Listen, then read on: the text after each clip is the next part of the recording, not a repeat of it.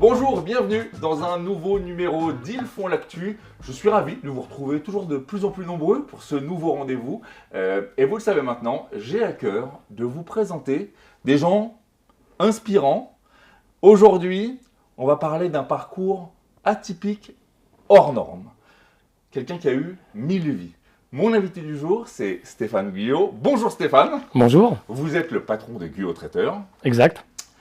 Est-ce que ça vous va si je dis que cette success story dont on va parler part d'un point précis, celui d'un enfant pas très scolaire? Ah oui, tout à fait. C'est ça? Ah oui, je suis tout à fait d'accord avec vous. Alors expliquez-nous. Alors, C'est pas votre truc. pas du tout. À 15 ans, à 15 ans, je n'aimais pas du tout l'école. J'avais du mal à rester, en tout cas en cours. Ouais. Et puis, j'ai eu une petite opportunité. J'en ai parlé à ma maman. Mhm.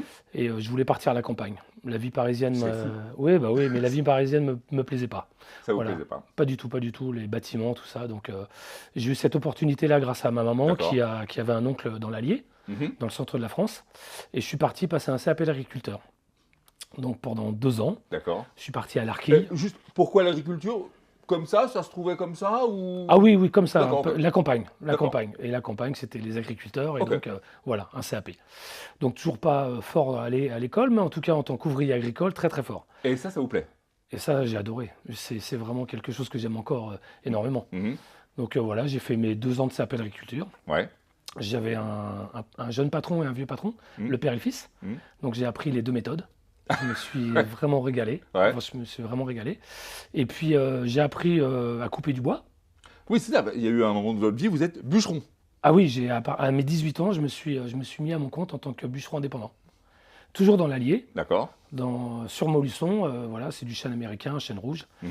Et voilà, et j'ai fait pendant plus d'1 an et demi bûcheron à mon compte. Fou. Donc oui.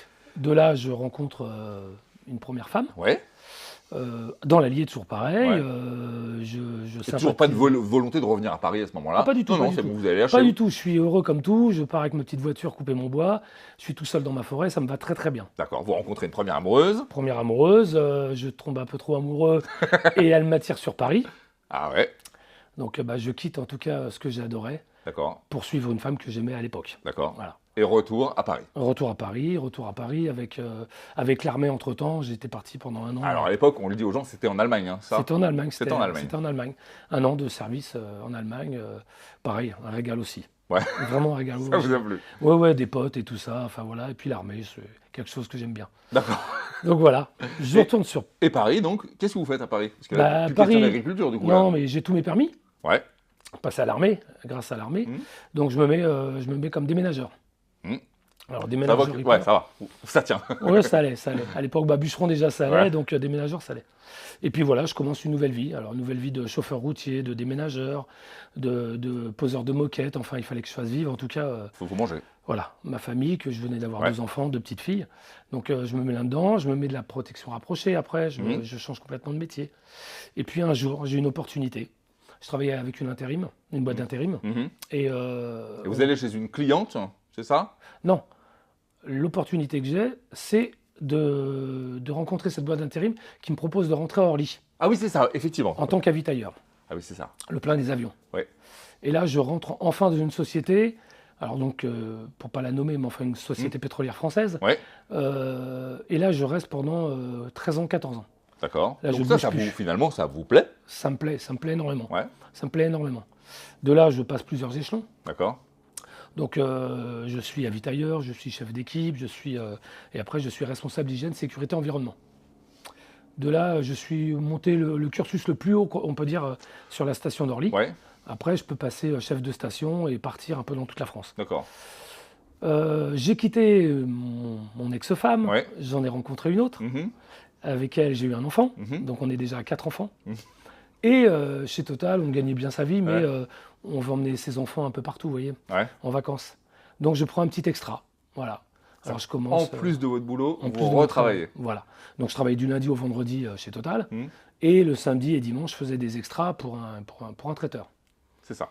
Je connaissais pas du tout le métier. Ouais. Mais j'ai l'impression que ça vous fait pas peur, ça, de ne pas connaître. À partir du moment où vous foncez, vous foncez. Ah, exact, exact. Voilà, je suis ouvert à toutes les C'est ça. situations, à toutes les possibilités. C'est ça. Et à partir du moment où j'aime pas, je dis simplement à mon patron, voilà, ça me plaît pas, je préfère partir. D'accord. Je comprends pas le métier, enfin, je comprends pas qu'on aille travailler si on n'aime pas son métier. Ça, c'est quelque Ça chose peut que se j'ai du comprendre. mal. Ça peut se Voilà. comprendre. Donc, J'aime- voilà, dans un nouveau métier, la restauration. La restauration Traiteur, que je fais, on va dire, la première fois, une fois par semaine, le samedi. Et après, je le fais aussi le soir, en semaine. Avec des petits cocktails à droite, à gauche. Et puis de là, je discute un peu avec Total. Total me propose une place ailleurs, plutôt à la Défense. La Défense, je retourne dans la vie parisienne. Ah oui, là, Ça ouais. ça m'intéresse pas. Oui, puis c'est ce que, en préparant cette interview, vous me disiez, c'est le moment où vous aviez un peu fait le tour du truc. Ah, j'ai fait le tour Ouais. chez Total. J'ai plus ou moins, oui, fait le tour. Donc non, un nouveau challenge. Le traiteur pour qui je travaille depuis quand même quelques années, depuis 3-4 ans, me propose de racheter son affaire. Donc là, j'en parle à ma femme.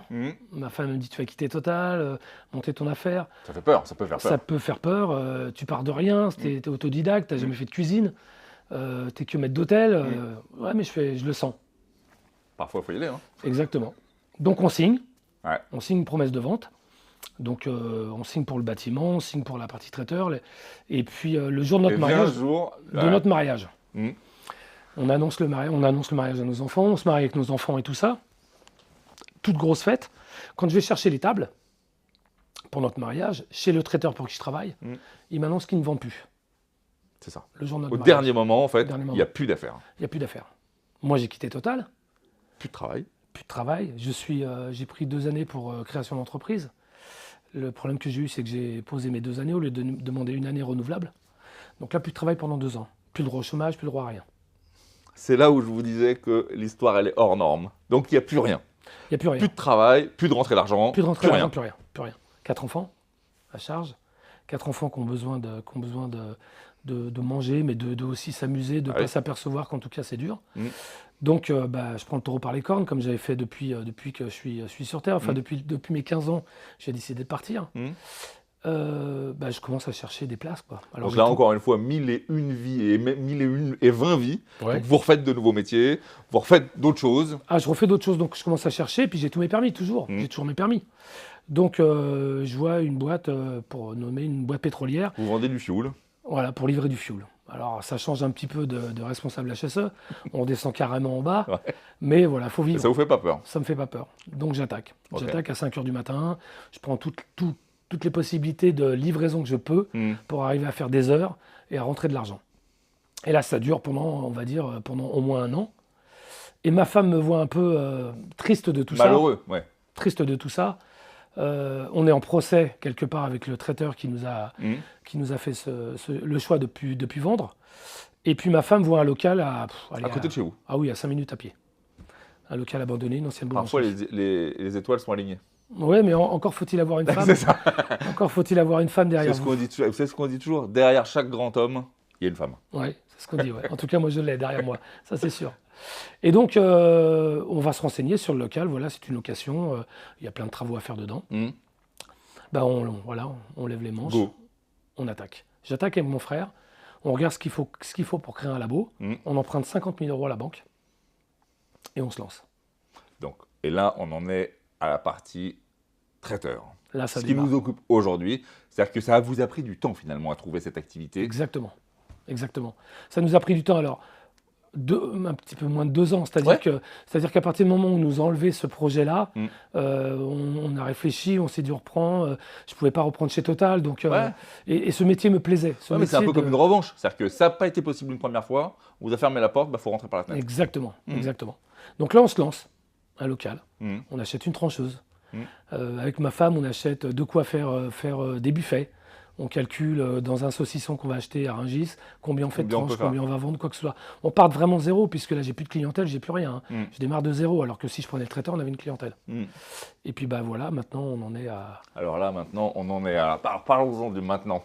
Alors, il y a combien de personnes qui travaillent au sein de l'entreprise? Alors, en termes de salariés, il y a mon fils, ma fille, on a une petite secrétaire qui vient d'arriver chez nous, Ouais. et j'ai 2 cuisiniers avec moi. D'accord. Donc, on parle d'une des boîtes les plus florissantes de la région parisienne pour tout ce qui est, donc, on va le dire, vous faites beaucoup d'organisations de mariage, Oui. mais vous faites également avec ce lieu superbe des séminaires, Séminaires, des brunchs, anniversaires, des cocktails d'entreprise, repas de fin d'année. Vous savez, à chaque fois que j'entends cette histoire, je ne sais pas pourquoi, je pense à Jean-Pierre Bacry et le sens de la fête. Est-ce que le film est assez proche de votre réalité d'organisateur de mariage ou pas? Alors, on l'a regardé souvent avec ma femme, Ouais. et oui, c'est tout à fait ce qui se passe, en tout cas, dans le domaine du traiteur. Ouais. Que ce soit le DJ qui veut à tout prix, faire tout ce qu'il a le droit de faire, Ouais. même ce qu'il n'a pas le droit de faire, Ouais. et puis de passer derrière la cuisine ou quoi que ce soit. Ouais. On s'aperçoit que dans une partie d'un mariage, la partie traiteur, la partie repas, c'est vraiment après. Ah oui, oui. Qu'il y ait un DJ, qu'il y ait un domaine qui soit superbe, quoi que ce soit, qu'il y ait un super gâteau. La partie traiteur, on l'oublie. Je dis souvent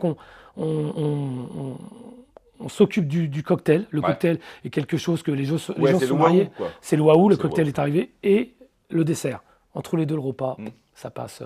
Mais en tout cas, j'ai une belle anecdote. Ouais. On va pas dire pas sur tellement le sens de la fête, mais sur les clients. C'est ça, alors on le voit dans le film, il peut y avoir des clients qui rechignent toujours à dépenser 1 euro pour faire des économies, il peut y avoir un problème de nourriture où d'un seul coup la nourriture est avariée, on sort les petits fours. Qu'est-ce qui vous est arrivé comme truc un peu dingue? Alors, nous, c'est pas sur ce côté-là, mais c'est le côté qui est très humain. On a eu le Covid. Hein. Oui, ça On a eu le marche. Covid. On devait faire un mariage dans notre salle. Mmh. On avait appelé le préfet, ceci, cela. Personne ne répondait, donc on s'est dit, on va le faire. Ouais. Voilà. La femme était enceinte. Ah, je le vois arriver. Allez-y. Non, c'est pas ça. La femme était enceinte, Ouais. donc très, très dépressif et tout ça juste avant son mariage. Et le jour du mariage, le vendredi, le préfet nous a appelé pour nous annuler le mariage dans notre salle. Donc ils étaient en train de tout installer. Ouais. Donc comme on est quelqu'un, enfin moi je suis très humain. C'est humain, En tout ouais. cas, je suis très humain, je suis vraiment inquiet pour mes clients, vraiment. J'ai appelé mon fils qui avait déjà géré une autre affaire la semaine d'avant, puisque dans l'Eure, on avait le droit de faire des mariages, pas dans l'Essonne. Ouais. On a appelé l'Eure-et-Loire, on a appelé plusieurs salles, on a trouvé une salle.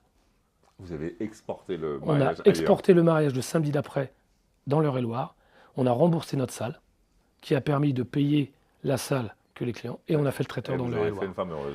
Et ça, c'est vraiment important pour nous. C'est Voilà. génial. Ça, c'est vraiment C'est- important pour nous. Pour qu'on ait une idée, ça représente combien de mariages à l'année ce que vous faites? On a à peu près entre 5 et 7 mariages par week-end, on va dire sur la grosse période. Là, la grosse période, on va dire de juin à septembre. Mais on en fait maintenant toute l'année, mais on est entre 60 et 90 mariages par an. D'accord. Donc j'imagine que comme beaucoup de vos camarades de jeu, vous avez plein de partenaires. C'est-à-dire que c'est un peu la carte. Les gens viennent vous voir, ils vous consultent. Et puis après, c'est vous qui leur proposez, s'ils ont besoin d'un photographe, d'un DJ. Exactement. Vous travaillez avec une palanquée de partenaires. Alors nous, on fonctionne comme ça. L'avantage qu'on a, c'est qu'on a une salle de réception. C'est ça. Et c'est pas des moindres. Et pas des moindres. Ça a été un de vos coups de cœur de votre vie, d'ailleurs, cette salle. Oui, c'est vraiment un coup de chance. Un coup de chance. Je suis arrivé un lundi matin pour récupérer du matériel dans cette salle de réception. Ouais. J'ai vu la propriétaire. Vous étiez amoureux. Je suis rentré, je lui ai demandé si je pouvais visiter, puisque c'est mon fils en général qui va voir les salles. Moi, je suis plutôt la partie cuisine. Et puis, je rentre le matériel et je vois cette salle. Et donc, tout de suite, je demande à cette dame-là, est-ce qu'elle cherche un partenaire? Parce qu'on travaille souvent avec des salles en tant que partenaire. La salle de réception propose 4 traiteurs, et puis voilà. Et puis après, les clients, ils font leur choix. Et en fait, elle me dit non, elle vend. Mon mari vend. Allez. Je dis, écoutez, est-ce que votre mari peut m'appeler? Je serai au rugby demain soir. Il m'appelle et qu'on convienne d'un rendez-vous. Et ça s'est fait comme ça. Voilà. Donc, un petit coup de chance. Donc, Guyot traiteur, on le disait, donc c'est dans le 91. 91, vous oui. rayonnez partout. Partout. Donc, c'est un franc succès. Pour un petit garçon qui n'aimait pas l'école, moi je trouve ça quand même une très belle réussite. Et alors, si on se projette dans les mois et les années à venir, je crois qu'il y a un autre projet dans le sud de la France. Oui, il y a un autre projet. Alors, on a notre fils qui est de Toulouse. Ouais. Et Toulouse, il est parti jouer au Stade Toulousain. Donc on en est ravis. Maintenant, il est dans un autre club. Et puis, j'aime cette région. Voilà, j'aime la région, le terroir. Ouais. Ça me rapproche de la campagne. Je pense que voilà, en tant que petit, il faut que je revienne en tout cas à mes sources. Et on a un projet d'acheter une salle. On est tombé d'accord avec le vendeur. Et voilà, il y c'est le prochain projet. Il y aura un Guyot du traiteur côté de Toulouse. du dans côté de quelques Toulouse. mois. On prend rendez-vous. On y sera également pour voir ça. de Merci souci. beaucoup Stéphane. Bravo Merci à vous. pour ce Merci de parcours cet accueil. hors norme. Vous, j'espère que vous aurez pris autant de plaisir que moi à se délecter d'une histoire comme celle-ci. On se retrouve très vite pour un prochain numéro. D'ici là, tâchez d'être heureux. Et puis, regardez, le reste, ça suivra. Bye bye.